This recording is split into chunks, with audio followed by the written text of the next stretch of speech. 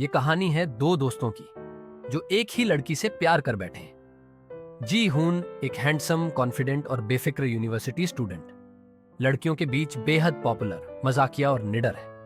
वो अपने असली इमोशंस को हमेशा मजाक और मुस्कान के पीछे छुपा देता है। मिंजे शांत, शर्मीला और बहुत समझदार लड़का, पढ़ाई में तेज, परंपराओं का सम्मान करने वाला, लेकिन अपनी भावनाएं व्यक्त करने में जरा सा कमजोर है, लेकिन अपने दोस्तों के लिए हमेशा वफादार। हमारी सुएन खूबसूरत, खुशमिजाज और दयालु लड़की दोस्ती को बहुत महत्व देती है और उसका सपना एक फिल्म डायरेक्टर बनना है।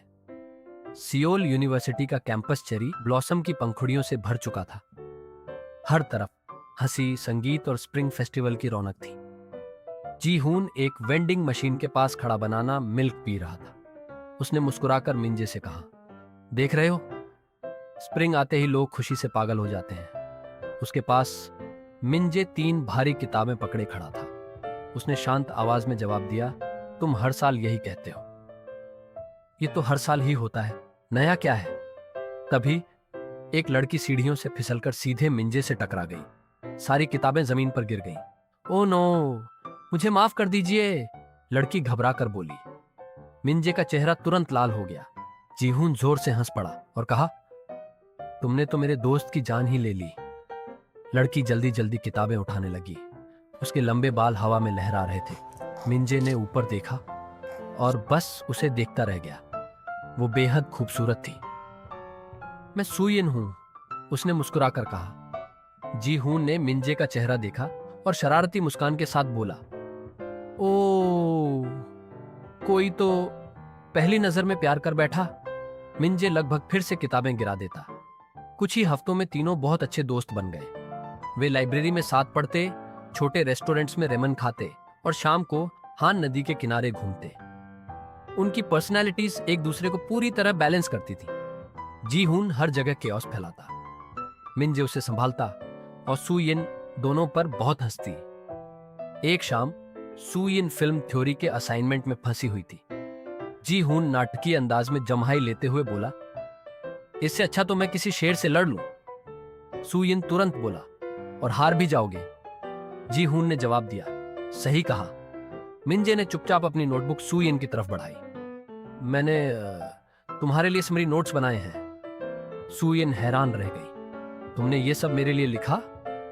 मिंजे शर्माते हुए सिर हिलाने लगा। जी हून तुरंत बीच में कूद पड़ा, इसने 3 रातें जागकर ये बनाया है।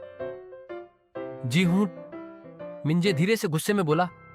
सुयिन हल्के से हंस पड़ी और पहली बार उसे एहसास हुआ कि मिंजे कितना केयरिंग इंसान। समय के साथ दोनों लड़के जीहून और मिंजे सुयिन से प्यार करने लगे, लेकिन किसी ने अपने दिल की बात नहीं कही क्योंकि उनकी दोस्ती उनसे भी ज्यादा कीमती थी। लेकिन जीहून अपने प्यार को खुलकर दिखाता था। वो सुयिन के लिए स्ट्रीट फूड खरीदता, उसे परेशान करने वाले सीनियर्स से बचाता और उसके मुश्किल दिनों में उसे हंसाता। कई लड़कियां जीहून को प्रपोज करती थीं, लेकिन वो सबको मना कर देता।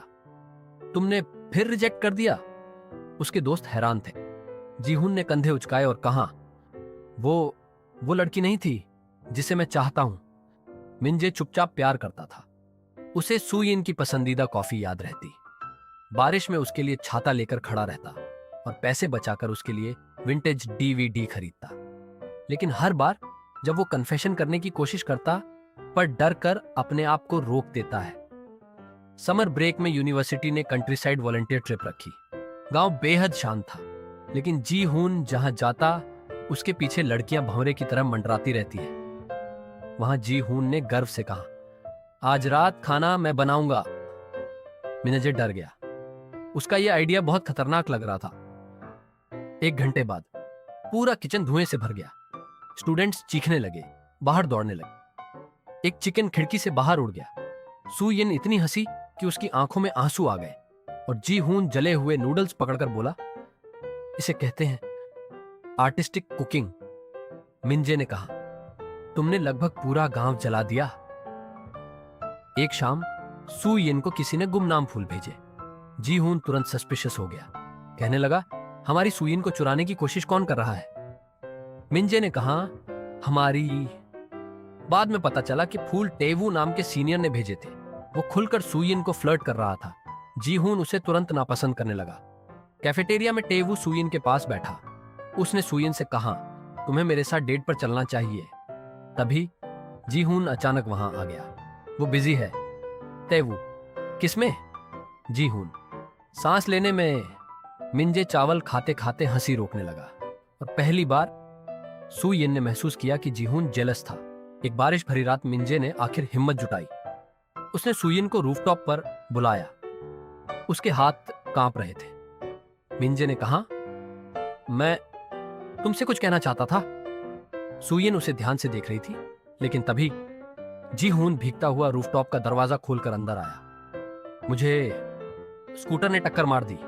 मिंजे ने आंखें बंद कर ली। सुयिन घबरा गई और पूछा, क्या तुम ठीक हो? इतने में जीहून बोला, असल में बहुत छोटा स्कूटर था। मिंजे उसे रूफटॉप से धक्का देने वाला था। सुयिन को कुछ समझ में नहीं आया और मिंजे की बात वहीं अटक गई। ग्रेजुएशन नजदीक आते ही सब बदलने लगा। एक दिन जीहून को मिंजे का छुपा हुआ कन्फेशन लेटर मिल गया और पहली बार दोनों दोस्तों में लड़ाई हुई। तुम भी उसे पसंद करते हो? जीहून ने धीरे से पूछा। मिंजे फट पड़ा। मैं उसे पहले से पसंद करता था। कमरे में सन्नाटा छा गया। लेकिन तुमने कभी बताया नहीं, क्योंकि तुम हमेशा सब कुछ पहले ले जाते हो। ये शब्द जीहून को अंदर तक चोट पहुंचा गए। सुयिन उलझ चुकी थी। जीहून उसका दिल तेज धड़काता था और मिंजे उसे सुकून देता था। एक एक्साइटमेंट था, दूसरा कंफर्ट, लेकिन प्यार सिर्फ एक को मिल सकता था। ग्रेजुएशन फेस्टिवल का दिन आ गया। जीहून ने आखिर सुयिन को ढूंढ लिया। चेरी ब्लॉसम हवा में उड़ रहे थे। आज पहली बार जीहून नर्वस दिख रहा था। मैंने ये स्पीच 50 बार प्रैक्टिस की है, उसने कहा। सुयिन मुस्कुराकर कहती हैं, तुम्हें देखकर तो नहीं लगता? जीहून ने गहरी सांस ली, मुस्कुराकर कहती हैं, जब मैं तुम्हारे साथ होता हूं सब हल्का लगने लगता है। उसकी आवाज धीमी हो गई। तुमने मुझे बेहतर इंसान बनना सिखाया। फिर उसने धीरे से कहा, अगर तुम मिंजे को चुनो तो भी मैं एक्सेप्ट कर लूंगा। तभी पीछे से मिंजे आया। उसने दोनों को देखा और मुस्कुराया और कहा, बेवकूफ। उसने धीरे से कहा, वो पहले ही तुम्हें चुन चुकी है। सुयिन धीरे धीरे जीहून की तरफ बढ़ी और उसका हाथ पकड़ लिया। जीहून की आंखों में आंसू आ गए। मिंजे मुस्कुराया। हालांकि उसका दिल टूट चुका था, लेकिन दोस्ती उसके दर्द से बड़ी थी। जीहून ने धीरे से कहा, मुझे माफ कर दो। मिंजे ने जीहून से कहा कि बस उसे कभी हर्ट मत करना। फिर हल्का रुककर बोला, और खाना बनाना हमेशा के लिए छोड़ देना। तीनों चेरी ब्लॉसम के नीचे गले लग गए। हालांकि सब कुछ परफेक्ट नहीं था, लेकिन सच्चा था। 3 साल बाद सुयिन असिस्टेंट फिल्म डायरेक्टर बन चुकी थी। जीहून ने टीनेजर्स के लिए स्पोर्ट्स ट्रेनिंग सेंटर खोला और मिंजे एक रिस्पेक्टेड आर्किटेक्ट बन गया। उनकी दोस्ती अब भी जिंदा थी। शायद थोड़ी बदल चुकी थी, लेकिन टूटी नहीं थी। हान नदी के किनारे तीनों फिर मिले। जीहून ने गर्व से सुयिन के कंधे पर हाथ रखा। मिंजे ने ड्रामेटिक सांस ली, कहा कि तुम दोनों अब भी डिस्गस्टिंग हो। सुयिन हंस पड़ी। जीहून मुस्कुराया और बोला, तुम बस जेलस हो क्योंकि कोई तुम्हारे बोरिंग जोक्स पर नहीं हंसता। मिंजे ने बोला, मैं जोक्स नहीं करता। एग्जैक्टली। कुछ पल के लिए सब फिर से यूनिवर्सिटी जैसा महसूस हुआ। हवा चेरी ब्लॉसम को नदी के ऊपर उड़ा रही थी और मिंजे धीरे से मुस्कुराया। कुछ लोग आपकी पहली मोहब्बत बनते हैं, कुछ आपकी हमेशा की मोहब्बत, और कुछ एक खूबसूरत याद बन जाते हैं जिसे आप जिंदगी भर अपने दिल में रखते हैं। कुछ प्रेम कहानियां जीवन भर आपके साथ रहती हैं, भले ही वह व्यक्ति आपके साथ न रहे।